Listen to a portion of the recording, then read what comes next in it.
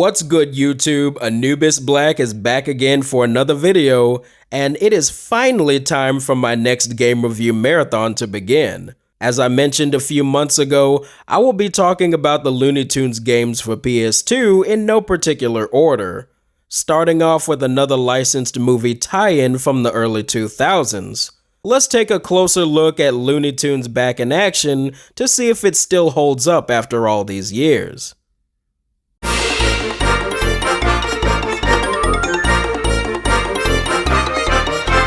Looney Tunes Back in Action is adapted from the 2003 semi-live action animated movie of the same name and is one of many of its kind. You see, back in those days, it was super common for a theatrical film to get a licensed tie-in game based on it, and surprisingly, some of them can range from being actually good classics to bargain bin bullshit.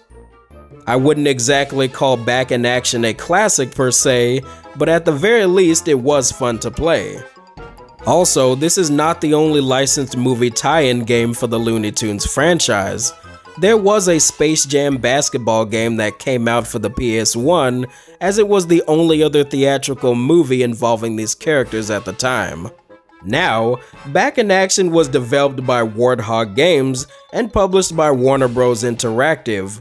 It follows the basic plot of the movie where Bugs and Daffy have to take back the Blue Monkey Diamond from the evil chairman and save the world in the process.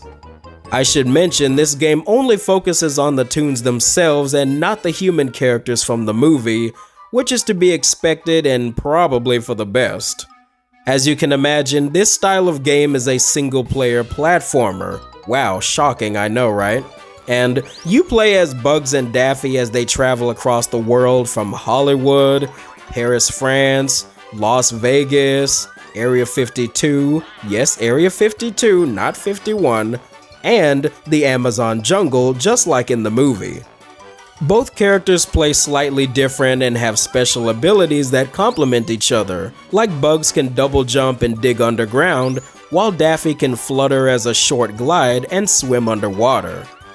Both are necessary to get past certain obstacles, and you'll be frequently changing between them throughout the game. Outside of that, they also get to use these costume doors that will give the player a unique power or event to interact with for a few seconds. Now, the costumes don't get used super duper often, but they do add a little extra something to break up the regular gameplay. The main goal here in Back in Action is to collect monkeys and monies. Now, I know this is probably starting to sound a lot like Ape Escape, but trust me, it's really not. The monkeys were people who got transformed by the Blue Diamond, and they must be collected by doing various challenges and mini-games within each stage. These challenges can range from all sorts of different things like a platforming segment, hunting wabbits, fighting a bull, gambling, popping balloons, racing Martians, or river rapids from Hurricane Harbor. Of course, some of these challenges are better to control and/or play than others and will serve as the majority of what you're doing throughout this adventure. Monkeys can also be found by rescuing Tweety from Sylvester a few times, finding the frog statues, collecting birdseed, or just buying them off of Foghorn Leghorn. And whenever you're not doing that, you'll be collecting money to travel to new areas. In fact, the game will forcibly kick you back into the level to get more money before you can even advance, which incentivizes completing more challenges, which means collecting more monkeys. Thankfully, you don't have to collect everything to beat the game, but the activities are there if you really want to be a completionist, which I am not if we're being honest. Outside of the main story, you can also check out extra behind-the-scenes stuff, mess with cheat codes, and play the Roadrunner minigame, which is my absolute favorite thing to do in the whole game. And even though it's mainly used to collect more monkeys, you can still play it whenever you want to get a high score or just for fun. I found the gameplay for Back in Action to be okay for the most part, and that's not just the nostalgia talking. The camera can be bothersome at times, a jump here or there can fail to work properly, and of course the button mashing sections were annoying as they always were in these PS2 games. But like I said, for the most part, back in action control-wise was decent, especially compared to another game that I'll be talking about soon. I'd say it's far from the worst in this type of genre like some people may think, and I actually kinda enjoyed revisiting this game again.